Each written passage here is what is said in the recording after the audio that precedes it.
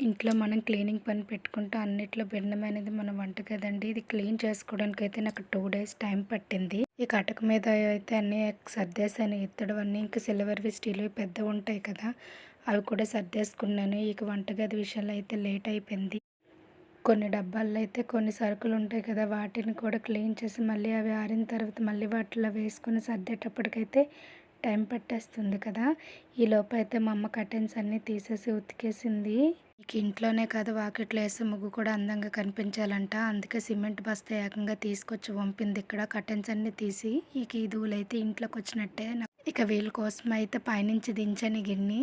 ఇడ్లీ పాత్రలు పక్కన పెట్టి ఇందులో అయితే ఆయికూడం పెట్టానండి. ఇక ఈలోపు అయితే టీ చేసి ఇచ్చాను. టీ తాగేసిన తర్వాత అయితే టిఫిన్ చేసేసారు. ఇక మేము ఎప్పుడు సిమెంట్ పని పెట్టుకున్న వర్షం అయితే పడుతుంది. కానీ ఈరోజైతే మమ్మల్ని వరుణదేవుడు రక్షించాడండి. 3:30 అయినా సరే ఎండ బాగానే ఉంది. నా వీడియో నచ్చితే లైక్ చేయండి ఫ్రెండ్స్.